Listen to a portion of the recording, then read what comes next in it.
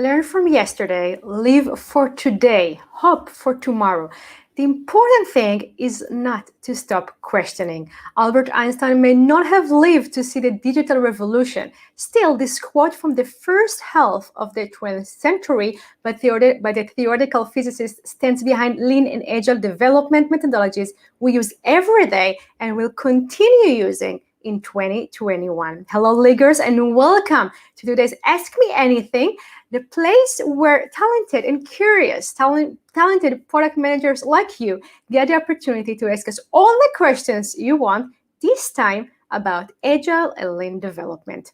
Agile redefines the way we product managers think about how to plan and build products. Lean product management is all about shortening timelines, maximizing productivity, empowering quick decision-making, and creating autonomy.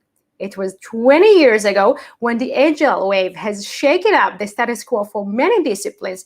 But although most product managers are fans of the movement, with new rules, new tools, and new expectations, the learning curve isn't quite as steep as it may be for newcomers and veterans alike. This is why this is going to be a great session, one that is valuable for both PMs that just got into the domain and veterans of the trade alike. We are going agile. By the way, I'm Moriya Kassis, founder and general manager of Product League, and what we do is helping you become the best product manager you can be. Product League is a mentoring program for product managers by product managers. And if you are new here, please type new in the comments. We want to get to know you and to invite you to special awesome events like this one. So please go ahead, use the chat and tell us who you are, where you're from, and how can we help you to become the best product manager you can be. You should come by our weekly live Ask Me Anything sessions every Tuesday at 1 p.m. Eastern Standard Time. Let's say these are our little product parties, if you want. So you are very much welcome. And now we've got 3 talented, dedicated, and experienced Product League mentors who came here with one goal in mind: to help you learn Agile, Lean development, and everything that you need to know in order to make your development processes to work for you. You're at the right place. With no further ado, I am so happy to call into the stage, joining us live from Tel Aviv. Please shout out a big hello to Ronit Amitay. How are you today? Mute. I'll mute you. Okay. I'm fine, thank you, and I'm happy to be here again in another session of Ask Me Anything. Happy to be here. Very happy to have you here with us, Ronit Amitay, Director of Product Management at NSO Group and Product League Mentor. Ronit is experienced in aligning business strategy and objectives with established business development and product management paradigms to achieve maximum operational impact. She is an innovative, focused product management for professionals with a diverse background in different domains, including workforce management, automotive, information technology, digital health, and finance. And the reason why she's so happy to be back on this stage is because seriously, we had another amazing session with Ronit, and our team will make sure to include the link in the comments so you could catch up and learn everything that you need to know. So happy to have you here with us. And moving to our second guest with us from Cologne, live from Cologne. Please shout out a big hello to Lars Haßler, Head of Product at Sastrix and Product League Mentor. How are you today, Lars? I'm fine. Thanks for having me this evening. Very happy to have you here with us. Lars built his first digital product at the age of 16, and since then, his heart has been burning for web development and digital products, whether as a developer, speaker, or mentor. After many years building his SaaS startup and working as a freelance consultant, he recently joined Sastrix as their head of product, and we are so happy to have you here with us. Thank you, Lars. Last but not least, joining us live from Tel Aviv, let's welcome Shay Diner, Senior Product Manager, Assistant, and Product League Mentor. So happy to have you here with us. How are you today? I'm fine, thank you. It's very exciting for me to be here. Very excited to have you here as well. Shay has vast experience leading large-scale products by taking an idea and turning it into reality based on a deep understanding of customers' needs. As a certified Scrum Master, Shay is passionate about leading and influencing cross-functional development teams by using Agile frameworks.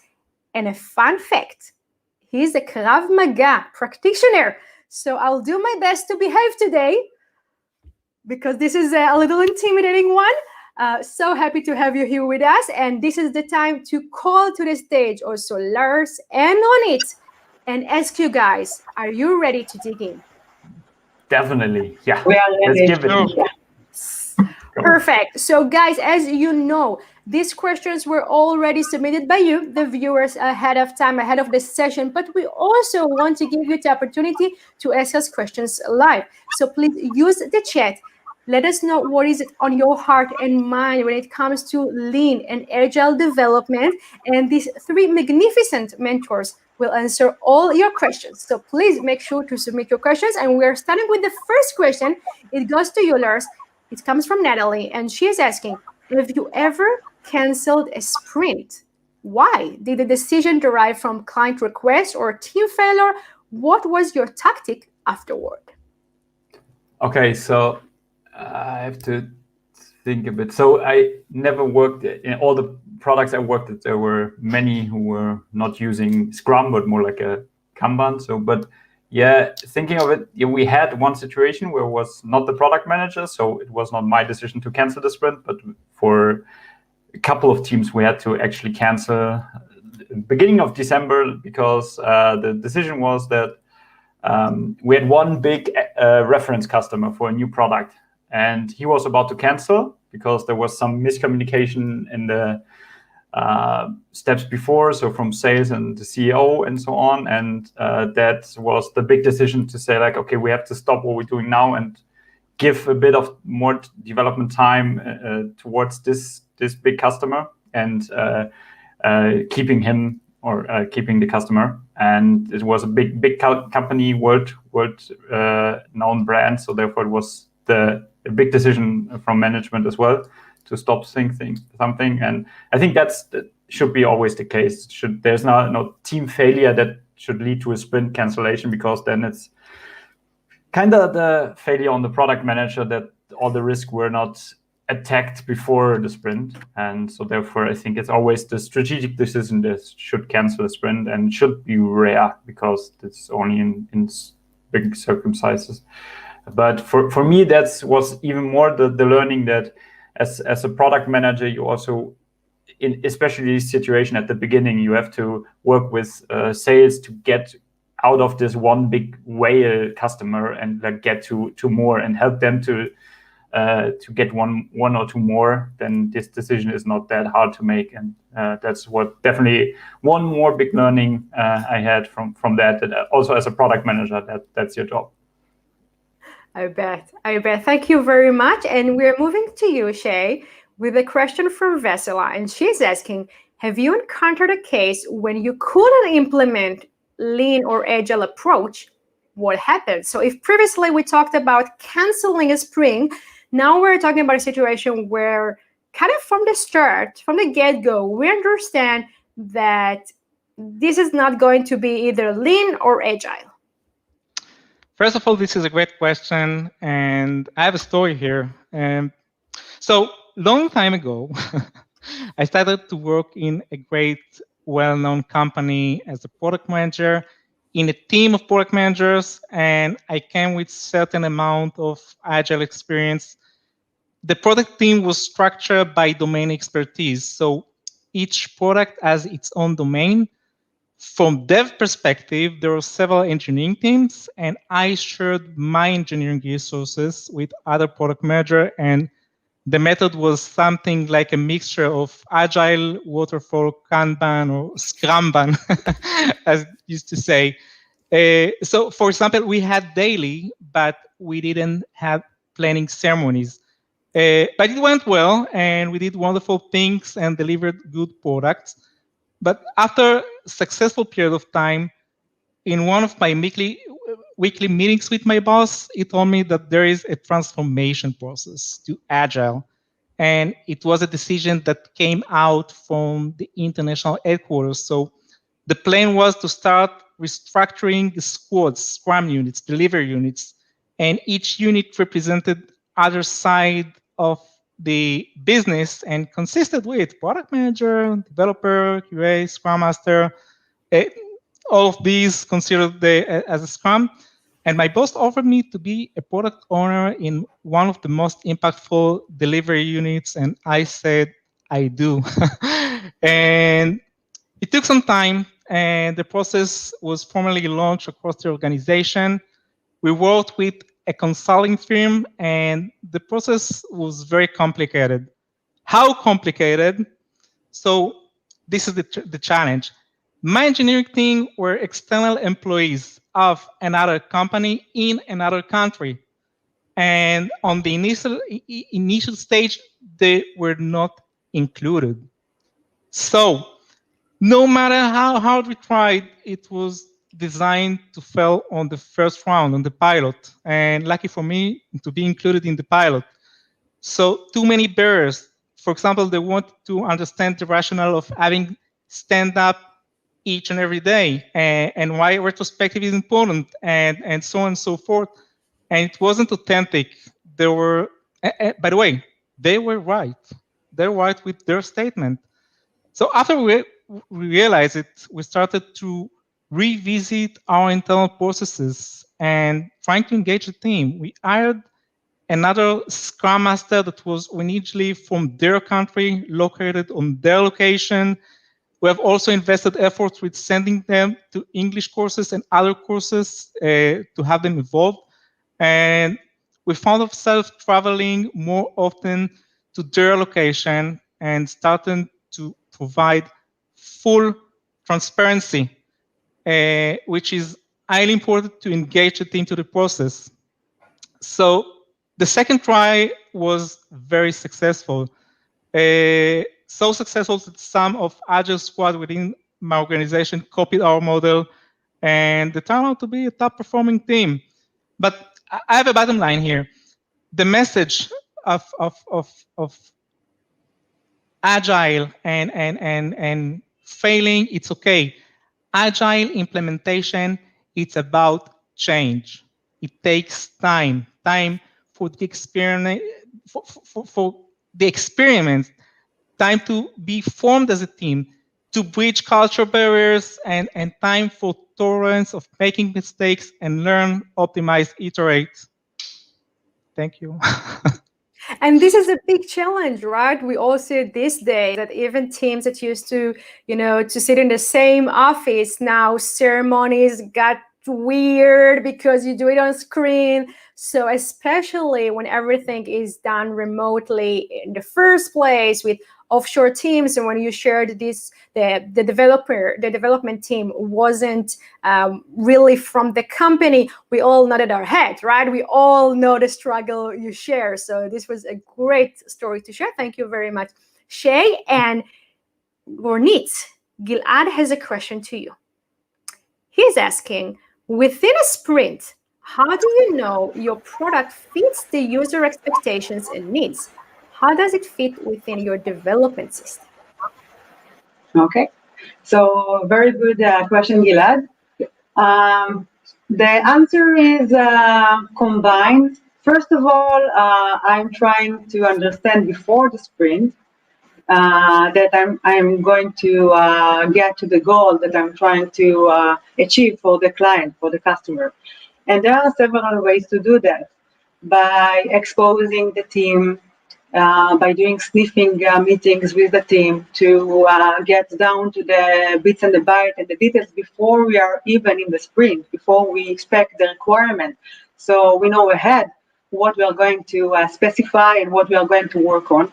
The other thing that we can do is if there is heavy UI involved, for example, you can create a prototype before it's even developed, and then do a user acceptance testing. Use some users from within the company or not directly from the clients. If you don't have yet clients, you don't have to have clients, but you can take people that are not from this domain expertise that can use Azure or another tool and then try and play with the system and get their feedback and then understand if you're the right way or not. Now, there is another layer to that. So if you are a B2C company or if you're a B2B company, it's a bit different. If you're a B2C company, you can use A/B testing during the sprint and you can release some of the features that are ready, and you can have different versions and see if it's acceptable by the users. It's more difficult when you are B2B, and then you can, I will tell a real story. When I worked in Triana, we did the risk management. There is a big product that involving credit and risk, and we had JP Morgan working with us. And it's heavy, it's banks, it's not something that is easy. You don't really do A/B testing. But what we did is we created, before we started developing, all the testing scenarios with the client, and they logged into our UAT and started testing while we were delivering. So we got real data, real feedback from the customer. So there are different ways to do that. I think that the best thing is to get everybody involved, talk. Talk with the developers, talk with the clients, get their acceptance, do a prototype, user accepted testing, A/B testing, whatever you can while you are developing, and then there is a good chance that you will hit the goal. Of course, it's not always working, and there are sometimes it's not really a 100% fit, and then this is why you use Agile. You can then change it. And one more thing, do it in the MVP approach. You don't really spec everything. You do it little by little, sprint by sprint, and then you're able to change and to get the feedback and not work for half a year and then explore and understand that it was the wrong thing that you're delivering. So. Yes, and understanding something, an hypothesis or anything else was wrong is okay, because this is exactly as you said. This is why we're choosing Agile over Waterfall, because we want to have the advantage of learning more about the expectations of our users and better suit a solution to their needs. Thank you very much, Ronit. Lars, we are going back to you with a question from Daniel. And he is asking, how many users you need to interview for the initial product design or MVP?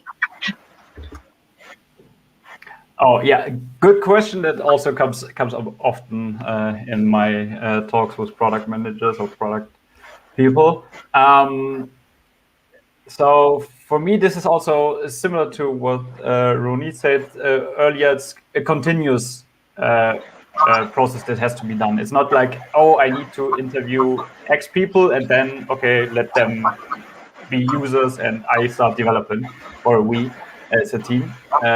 And it's more important to have the selection beforehand. So I think with you get good data for the first hypothesis from like the first 8 or so interviews, but that's not the end. It's like, okay, you learn something, you can validate it or invalidate something, and then you go on to the next round. And then you can have the prototype, for example, and show this and see, okay, let's iterate from there. But also keep this going. This is continuous product discovery that should be part of every team, in my opinion. So it's a starting point, but a very important one. Thank you very much, Lars. And Andy has a question to you, Shay. And he's asking, how vital are non-functional requirements, also known as NFRs, requirements in product design, and will data-driven monitoring fall under NFRs? Awesome, Andy. For what I realized, I think that Andy is working with SAFe, Scaling Agile. So I love this question. NFRs. Let's think, what are the main goal of NFRs? The main goal of non-functional requirements, the NFRs, is specifying quality attributes of the product. So when functional requirements help us to verify the functionality of the product, the NFR helps us to verify the performance of the product. So I think that NFRs are pretty much vital because it covers critical aspects of the product. For example, scale and performance. How much will performance change with higher workloads or compliance? From my world, from my experience, the SLA compliance ratio is one metric of many in which service desk managers can use to track IT incidents. And it continues with many critical aspects, such as reliability, availability, maintainability, how often the system experiences critical failures, downtimes, and it continues all the way down to data governance and security. So essentially, I think whether you choose DDM, the data-driven monitoring, which I'm less familiar, but I know, or any other approach, one thing I can tell you for sure, monitoring NFRs provide you an operational transparency, and it's highly crucial to have it monitored in one way or another. And it's super, super important. I agree with you. I agree with you. This is not something we can go a day without. And I want to add to Shay's answer. I think that if your product is only software based, then yes, it's important, and you can change it and maneuver it as you go. But think of that. If you have hardware included as well, it's becoming very, very important. Wow. With hardware, if you do things wrong, it takes a long time and a lot of money in order to change it. So if you have hardware involved, it's even more crucial to define the NFRs ahead. Of course, it's something that you can fine tune over time, and you can improve in, but it's important to have it ahead, because then you know what are the expectations from the system, you know how to test it. The users, I think that even if people are answering on RFIs, you have questions, okay? You need to know before you have the product, in some cases, what is going to be your SLA and how things are working, and what is the performance that is expected from the system. So it is really important. Yeah, it is. And you know what? Another percent. First of all, amazing. I totally agree. In the software, it also has all kinds of discipline. For example, we are working with SaaS and on-premise.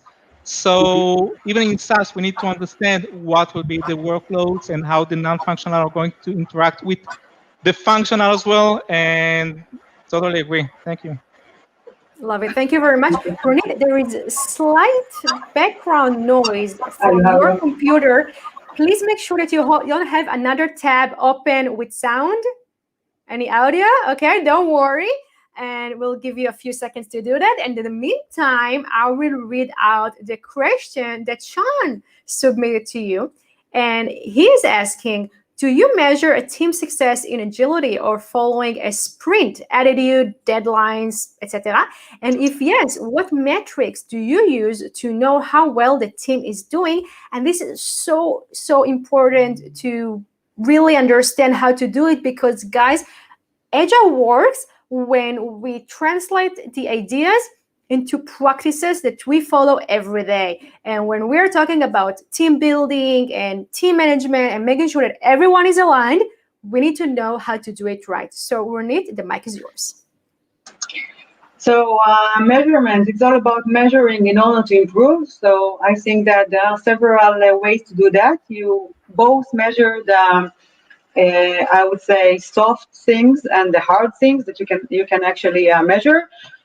First thing is when you are planning a sprint, then you get effort estimation, right? You get high-level estimation, then you get more precise estimation, and you have to log it somewhere. You know, the Jira or in another place, you just log it, and then you need to take the actual time that the work was done in, so you can see what was the difference between the gap between the actual time of the duration and the estimated time. So it gives you ability to plan better and to understand what is not working. The other thing is, I think that by doing dailies, by using all the practices of Agile, you are able to know if something is working or not, and you can You do not need to wait until the end of the sprint to understand what was not working or what was working. And you can take all of the obstacles that you have in order to make sure that things are working and to remove dependencies. Another thing that we use is retrospective, and then you can understand what was working between the people or what were the dependencies. If somebody waited for something to happen and then he couldn't do the work that he or she should have done, then you're able to get it. Not only that, when I talked about soft things, you can understand if people are if they take ownership, if they have accountability, what is happening between the team, and you can make things smoother between people within the team. And I think that another thing that I used in the past when I had to talk with management and show, I work in an organization where development said, no, we don't get stories that are detailed enough, we don't get the data as we need. And then what we did, we used burn down charts. Using all of the options that you have from the Jira, you can create a burn down chart and you can see what actually is happening. So, and you can decide what you are monitoring. So you can say, okay, how many things were ready and how many things were actually done, and what is the rate of work in the process. So, and you can improve by doing that. So there are many options available for measuring, and I think that using the tools that we have today, you just need to pick the ones that are most suitable to your team or to your organization. Another thing that is good to measure is how many times a story was opened after it was reviewed and submitted to the story backlog. So if you see like a ping pong, like it's opened again and again, it means that something was not okay with the way that you planned it and the way that you reviewed it. So something was missing there, and then you can learn. So you can check how many times the story was opened and what was the course of the story until it was done. So we have the retrospective, as I said, we have the data to see what happened, we have the JIRAs, and we have the action versus planned. We have the burn down chart. There are many ways to estimate and to understand what is happening within a sprint or within a team that is working together. So true. I'll add one thing. I'm hearing myself. Yeah, I don't know what is happening with I will try and see what I can do with the noise here. Okay. I'll just add one thing on what you just shared with us, Ronit, which was brilliant. Don't just measure it, Sean. This is something that I see too often. Too many teams are measuring everything that has to do with the team performance when it comes to Agile, but then they don't act on it. So please, both measure and act on it, because this is your opportunity to change what's happening, and this is why we're going Agile in the first place. So thank you very much, Ronit, for that. And Lars, Abdul has a question to you. Yeah, I would also like to add something for the prior question. So definitely, I'm full with you. Like especially turning this into something actionable, but especially also from a product management perspective, it's not only about the delivery. It's also like talking about the lead time and like how long does it take for something new to come up and actually reach a customer. Like the development, like what we talked about earlier with like creating prototypes, be it feasibility or usability prototypes, and like actually getting there. This has to also be tracked and make sure that you don't have a small delivery part that's quick and easy, but the other one is like taking years. So that's also like to measure the entire time. Yeah, because we're not here just to create products. We're here to create products according to, the grand plan of satisfying users. So it's not just about the code behind things. Thank you. That was a good one, Lars. Thank you very much. And Atul, I don't know if it's a she or a he, are asking, is it essential to involve a product designer in a discovery process? How does the product designer help in the discovery or prototyping phase? Oh, yeah, very, very important question, good question. But I would also extend this question. It's not only the product designer, it's also the engineers and the developers. So like there's, for me, why it's so essential to bring all of them into the product discovery phase is, first, we have different diverse viewpoints on what we hear from customers. When there's a designer who she might be looking into different topics than a developer might looking into, and so therefore this diverse discussion afterwards, that's one of the essential part. But the other one is also not only how can they help with discovery, but like also how this product discovery help them. Like they will be way more motivated if they see the actual customer or the user having a problem, and they also understand the entire context way better, and therefore can make better decisions later down the road. So therefore, definitely essential to bring the entire team to product discovery.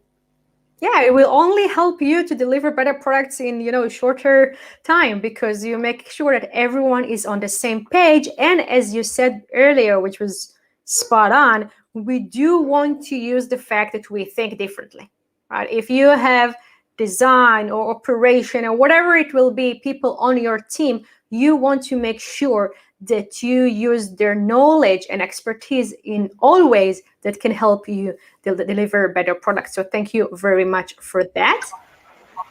Yes, of course, Ronit. I think that it's important. I don't know if you always can allow it, but if you can, then it's really good, because when you write a requirement, you need to understand who you're delivering the requirement to, so who is the user persona. And the product designers are very focused about the experience of the user.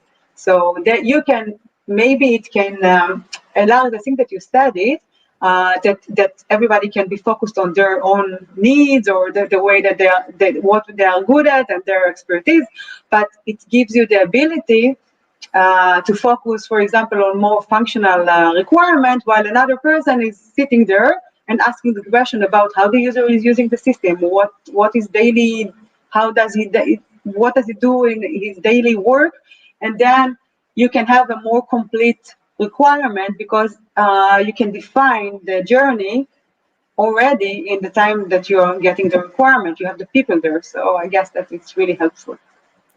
So true, so true. Thank you. And we're staying with you because Yaron has a question to you on it. And he's asking how to create a reality where the super busy product manager takes as little as possible part of the daily work. It's a dream, huh? Okay, yes. I think that there are some ways. First of all, is to be prepared with the requirements for the sprint ahead. So as much as you have things that are well defined and reviewed, you will have less questions coming from the development or the QA asking, okay, how should I do that? This is missing. So if you will scope things ahead and review it and get consent from the team, it's going to make your work a bit easier, and you are going to be available for the next sprints or defining the next requirements. I think that another way to do that is using the Agile methodology. You have the dailies. So instead of people all day long coming to your room and asking you one question, another question, then if you have 15 minutes a day or 10 minutes a day for a daily, people usually using this time slot in order to ask you all of the questions. So I guess that this helps because you have, of course, everybody is invited to ask questions all the time. But if you have a dedicated time to that, then it gives you a frame to do it in a certain time of a day, and gives you more time to do the thing that you need to do. I think that another thing that can help you and make sure that you are focused on the right thing is to give the context to the people that are going. I think that Shay, you said something about it, that you had the team that didn't have the context because they were involved only late in the process, and this is the issue. If you don't really understand the context and what is the goal and what you are trying to achieve, then you have a lot of questions, because if something does not work exactly as it's written, then you need the product manager. Okay, it doesn't work here. I have an edge case here. What should I do? But if you understand what is the goal and what is the feature or the story that you are working on, then you will have more autonomy. You will understand what you are going to, what are your limits, and you will be less needing the product manager. And this is a dream, as I said. So, so I think that defining things well, having the dailies, having the time that people can, the dedicated time to do things, and making sure that you talk a lot and make sure that everybody has the context. And try and have good developers as well. So they get ownership and they don't ask you for the bits and the bytes. I think that it can help. Yeah, that always works. Yeah, that was great. Thank you very much, Ronit. I just want to add something on what you just shared with us, which I think this is a very important topic to discuss, actually. Asking questions while we have the different ceremonies, daily and others of Agile. Sometimes I see product managers or team managers that are kind of like afraid to allow ask questions because this is supposed to be like a very structured meeting. Don't be afraid of it. Keep the structure, but as Ronit said, allow everyone to ask questions, and what you'll gain out of it is not only the fact that the people who work with you better know the job and the task that you have, but you also allow the different members of your team to learn from each other, because it may be, and this happens often, that one person allows themselves to ask to verbally, and loudly ask the questions, but many others actually have it in their minds. So when you allow someone to ask the questions and you welcome the questions, you also welcome the situations when others are benefited, and then there is a better understanding of the task and everything, Ronit, that you just mentioned. That was spot on. Thank you very much. And we're staying with a question about, meeting and practices and time, and this busy product manager that can't afford themselves, to have more practices to follow. And this is a question that I think was submitted by 5 different leaguers. And it goes to you, Shay. It comes from David, and he's asking, how do you manage to be agile while keeping the number of meetings low? Wow. This is awesome questions. I can cry. I can understand arguments that say Scrum is consistent with lots of meetings. It's not only working inbound. For me, I have also outbound activities, so I'm collaborating with almost every unit in my organization at a given time, as well as interacting with customers. So let me try to answer it.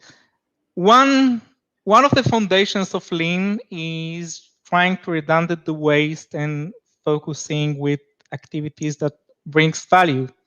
So I think that I will try with the must-haves. I can count my inbound activities: 5 ceremonies, backlog grooming, sprint planning, daily Scrum, sprint demo, and retrospective.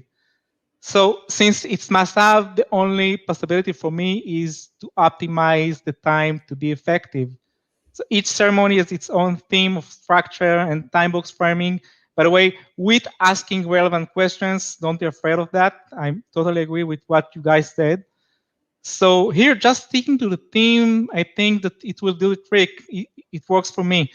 And maintaining clear structure and agenda, and obviously each ceremony, we should come prepared. I think that the challenge is with the non-must-haves. I'm always trying to understand the root cause in each meeting and then decide, why am I having this meeting? Who's asking for them? What do they achieve? Are the right people or the wrong people in the meeting? And having said that, I think that listen, once we decided to be product managers, we kind of agreed to take upon ourselves being exposed to the unexpected. So I think that for me, it's about being sensitive enough to identify which meeting is more important and which meeting is less, and accepting the fact that priority can change and it's correlated with my calendar. Yeah, so true. And also, if we have to take down a tree, we'll spend the 90% of the first hours, just sharpening the knife. So Yes. same goes here, right? It's not just about the actual development process, Lars, as you mentioned earlier. It's not about the code, right? It's about setting the right path, processes, structure, teams to build awesome product. And sometimes it requires meeting. What can one do? So thank you very much. That was spot on. And we're staying with this team building, how to do that theme, because Nancy has a question to you on it. And she's asking, are you in favor of having a product owner to partner with product manager, work closely with engineers, break epics into stories, etc., and a product manager or your team, or do you need just one? Okay, so good question, Nancy, and I think that it depends. There were cases that I had product managers doing everything, outbound, inbound, writing all the requirements, talking with clients. And there was one specific case where I built a team of 3 people that did kind of product owner work. And it was in specific, I would say, for specific time period, because it was really important. We did the re-platform, and we had to have people that are highly technical and have the ability to be the bridge between the product managers and the development team. But I'm in favor of having same person doing the outbound, the work with the clients, and the development and QA, and I'll tell you why. The thing is that if you have one person doing understanding the requirement, doing market research, working with all of the stakeholders, understanding the requirement, and then translate it to the development, then first of all, this person has more credibility when he talks with the development team, because he understands exactly what you want to be delivered. And I think that I saw cases when you had product owners that had another person to talk with before they could talk with the development. And then if there was a question during daily asking, okay, I have an issue here, I don't know what to do with that. Sometimes you have the product manager lives in another country, and this person cannot give an answer. He has to wait. So you first of all lose a lot of time. And the other thing, you become like a pipe. And you don't want the product to be like, okay, I have a question, I'm going to the other person to ask the question. So even if you do a solo work with asking and understanding as a product owner, if you ask the product manager that works with the clients everything, it might be that you will miss something, and then it's more difficult. The life of this product owner is more difficult because it doesn't always have all of the authority or maybe understanding of what actually drove into this requirement. So I think that having the same person doing both is better. But in some cases, and I did it. I created a team of 3 people that worked with the other product managers, because we moved to microservices and to different language of working. And we did a very big shift in the company. And it was really difficult because the R&D team needed some people that had more technical abilities that will be dedicated and working with them, translating things into the bits and the bytes. And in that case, it made sense to have this team. But they worked very closely with the other product managers. So I'm in favor of having one person doing all, but in some cases, yes, I think product owners are needed. But it's important. I only lately found out that in some cases product owners are not reporting to the product. They are, in some cases, they're reporting to the engineering, and this does not make sense to me, because I think that they have to sit in the same department. And so if you have this kind of combination, it has to be under product, is what I think. I highly agree. We usually see this when the product owner grew within the development team, and then they just stay there, and they already know the structure of who to talk with and when. And I think your suggestion here is spot on. And guys, please be aware of that. And Lars, we're staying with the same theme. And Sunny has a question to you. In teams where there is no product owner to partner with product manager, how does a product manager balance all these things and also get some time to sleep? Also question. Definitely. Like, I also want to acknowledge, same as Ronit, I'm definitely for just having one person doing everything, because like not having the handoff. So, but it's a difference, and that's why I also talking about the question. It's not that the product manager has to do all the things and all the work and write down all the stories, and like this is a team effort, and it's like the entire product owner work should be a very, very small part of a product manager's job. I think Marty Kagan says it's like it should be 5% of your job. So if you're writing Jira tickets all day long, and then you don't have the time to talk to customers, to your other departments, and so on, and therefore involve the team. Like, you will also get always the point that some engineers say your story is either too short, then the day after it's too long, and like there's always this back and forth. And you will find someone in the team who, from engineering or whatever you have within your team, who says like, let me write that makes more sense to the entire team anyway. So it's not that you have to do all the work. It's like make use of the entire team and make it as best as possible. That's what Agile is about. It's like finding the way that works best for your team and your organization, and not sticking to framework, Scrum, or whatever product owner has to do all the things. That's in my opinion. So make sure that you get help from within your team. Yeah, and this is the only thing that will also allow you to be a team leader, right? Unless you utilize all the different knowledge and experiences that you have on your team, you're stuck in the product manager position, and you can grow into the product leader position. So that was spot on. Thank you very much, Lars. And we talked so much about working with engineers and the attitude and everything that comes with it, for a good reason. And we're staying with this subject because Tripti has a question to you, Shay. And she is asking, how does a PM gain or retain engineers' trust when experiments fail or work just has to be thrown away? And it happens. This is when I'm drinking water, taking a deep breath. Challenging question, Tripti.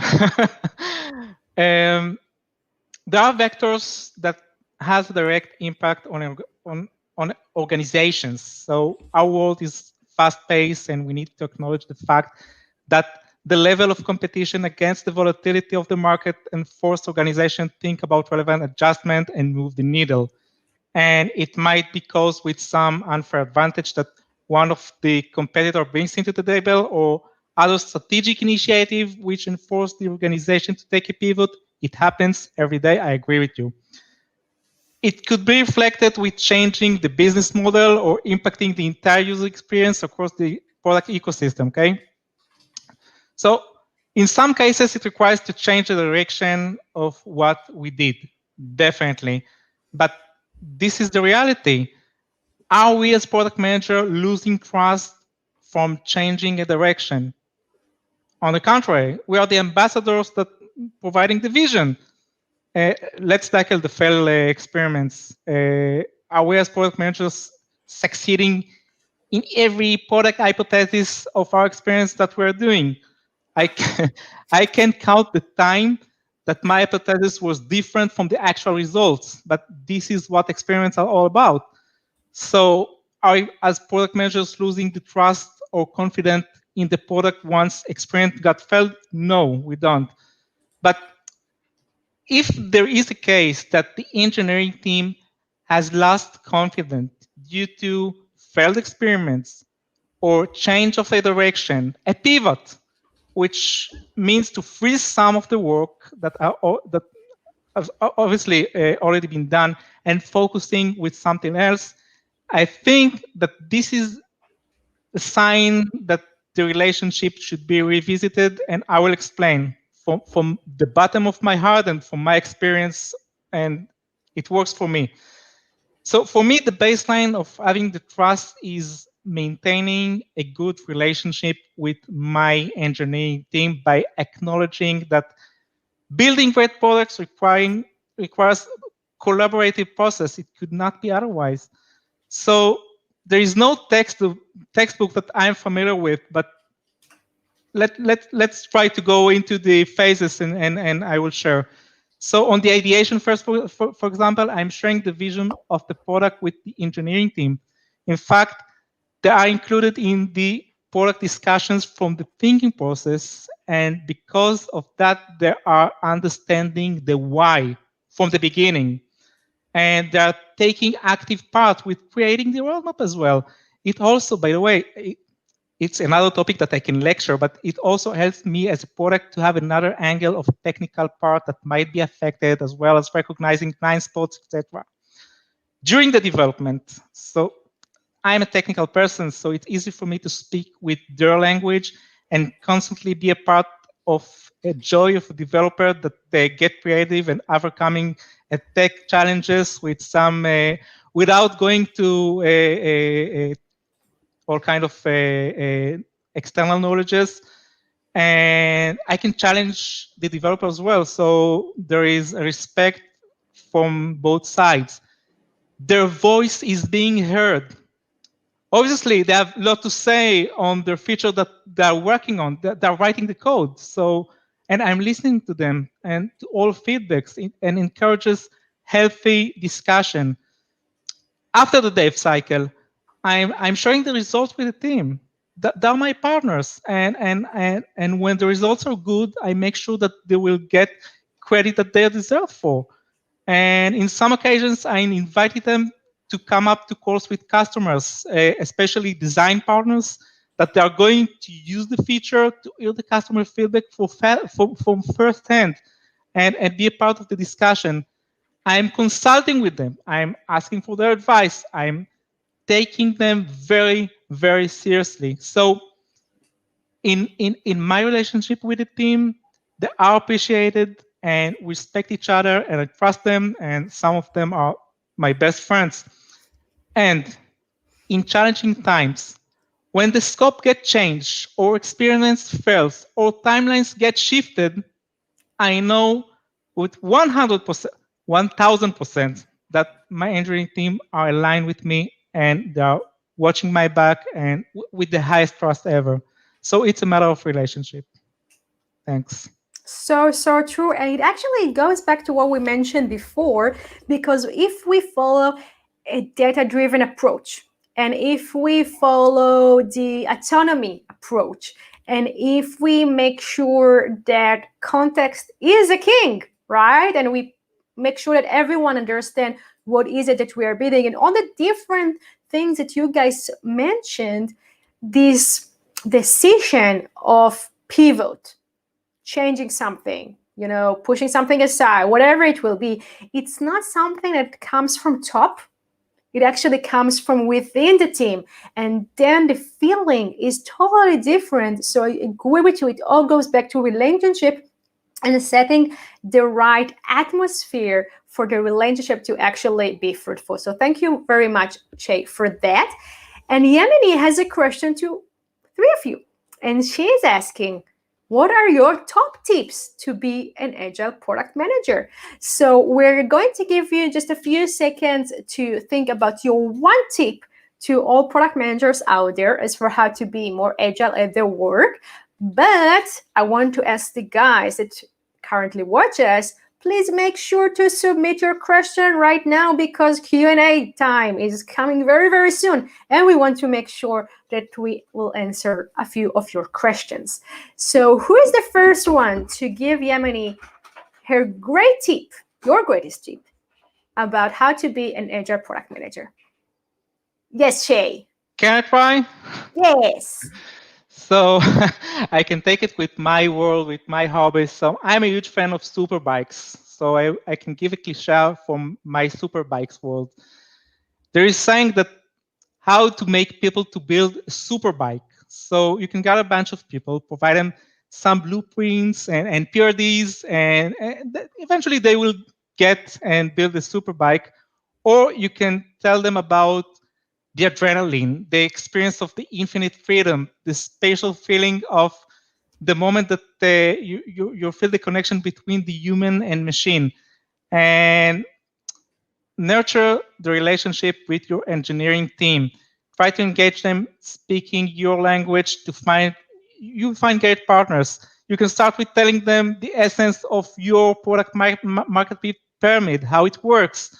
And once you will, my tip, the magic will happen, and you'll have a mechanism that will help you to lead, change, impact, and have 10 times faster response to change. So this is my 2 cents. Love it. Thank you very much. And Tripti is here to say thank you. Thanks, Shay. Fantastic tips on building a great relationship with engineers. I can't agree more. Thank you, Tripti, for this challenging question. We are all here about challenges. It's league material. Amazing. Thank you very much, Shay. Ronit, would you like to give us your number 1 tip as for how to be a PM that knows how to agile? First of all, be agile at your thoughts, the way that you work. So as things are not expected, you need to be to adjust changes. Don't fall in love with your ideas. If things should change, they should change. And the other thing, I think that you need to adjust the agile methodology to your organization and to your teams. Don't be religious about it. I think that I worked in a place that was really highly religious about the way that they practice Scrum. And I think that there is a way in between. So if it's too much in the beginning to have, if you just start agile and it's too much to have dailies, and you can do it once in 2 days, start with that. So make sure that you do things. It shouldn't. I don't think that religious things is. It sometimes can. You need to do it to adjust it to the way that your organization works. And I think that it's really important because I worked in both ways. In one place it was religious about, and it worked because it matched the people that work there, and I think the stage of the product as well. And in some cases, you need to choose what is working for your organization. To take everything from Agile and to take the things that are working well for your organization. Stay agile. Stay Agile. Loving it. Thank you very much, Ronit. Lars? This is hard when you go last, but for definitely like both tips definitely valid and were on my top list. We mentioned this earlier, giving context, like and bringing the entire team to put everything into it. That's for me like one of the most important things, because only then you can also change, because it's not about like you'd want to change the process, but like as Ronit said, like the team has to change the process and to figure out what works and what not. So therefore, it's always to having the entire context. And as we alluded before, the best thing definitely is to not only bring the context to the team, but bring the team to the context. And like actually, like Shay said this, I think earlier in similar words as well, like bring them to a customer, take them with you, because that's the one thing I saw in one product team. As soon as an engineer realized how the feature he implemented was being used by a customer, the first thing was like, stupid customer. The second one was like, oh fuck, it's us. And like then it's like clicked, and okay, they were so motivated to like fix this and make this work for customers and make a good product. So therefore, definitely bring them to the context.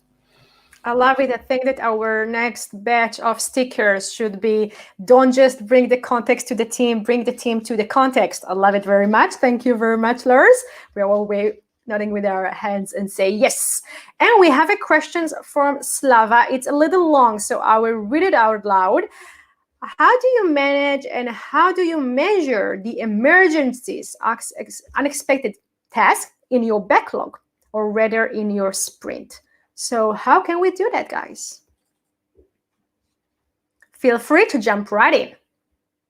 Measuring the business impact. So I have a kind of an algorithm, and our business is SaaS B2B.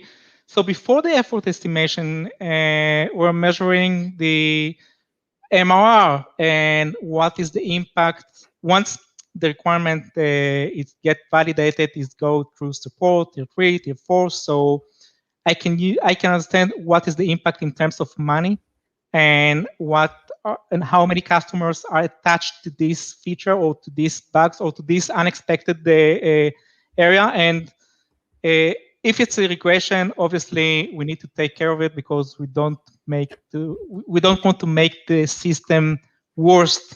We need to improve it. But if it's not, and this is emergent for one customer, we need to understand what is the impact of other customers. So you can have one enterprise customer right now, so he's in the implementation phase, and now it's the most impactful thing, and we need to do it. So we need to sort things out and see how can we do it, what is the implications, how many customers on a given day, when is going to renew, and how important it is, and what is the contribution of the customer. And I spoke on implementation. I can identify whether it's a regression, and I have another angle, the NPS. So I would like to improve and mobilize detractors to be on the good sides. So even if I have the NPS info, it impacts on my algorithm. And so far it works. It works. And just to give you the scale, we have 4,000 accounts and hundreds, thousands of users and customers. So the impact of each pixel in our system is amazing. So we need to carefully decide with having this impact versus what will be the cost of fixing it, what will be the efforts. Do we need to change something? Do we need to insert something, taking something out? And once we're decided to take something out, we need to be aligned with the business. So I need to communicate the customer success, professional service, whatever. Listen, guys, we expected to have some feature to be delivered in this version, but it's going to be delivered in the alpha, in the beta, and insert something else, and it should be agreeing with all relevant parties. So this is how it works for me. Spot on. Thank you very much. Ronit and Lars, do you want to add anything on how to measure or just follow and better understand how to move from that into a better scenario when we're talking about things that don't go as expected? Yeah, definitely. First of all, great point. I also like to measure like cost of delay, like how long or how much is the cost if we delay this for a week. So therefore we see or we can better prioritize stuff. And it should be only if it's actually very, very impactful, that it should be unexpected stuff coming up.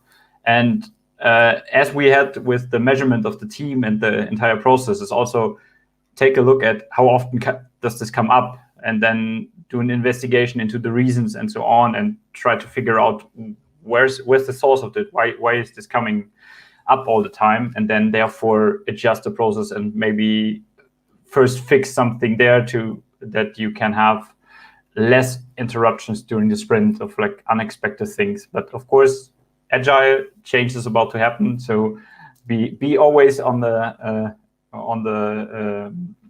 side that there might be something unexpected coming, but try to reduce the sources of it. So that's definitely for me. Couldn't agree more. Thank you very much, Lars. Ronit? And I think that in some cases, from my experience, when we got things that were unexpected, and I didn't want to, I would say, interrupt the work, then in some cases I did a tactic fix, and then the thing that is more major and is better, then I planned it for next generation, next version. So it means that you try to interrupt as little as you can. You can do it in 2 steps. Something that will give you a solution, and it will be not costly, not going to cost too much, and then have the better solution that is bigger and has a lot of effort on it in a later stage. So sometimes this can work. By the way, I have another thing to say.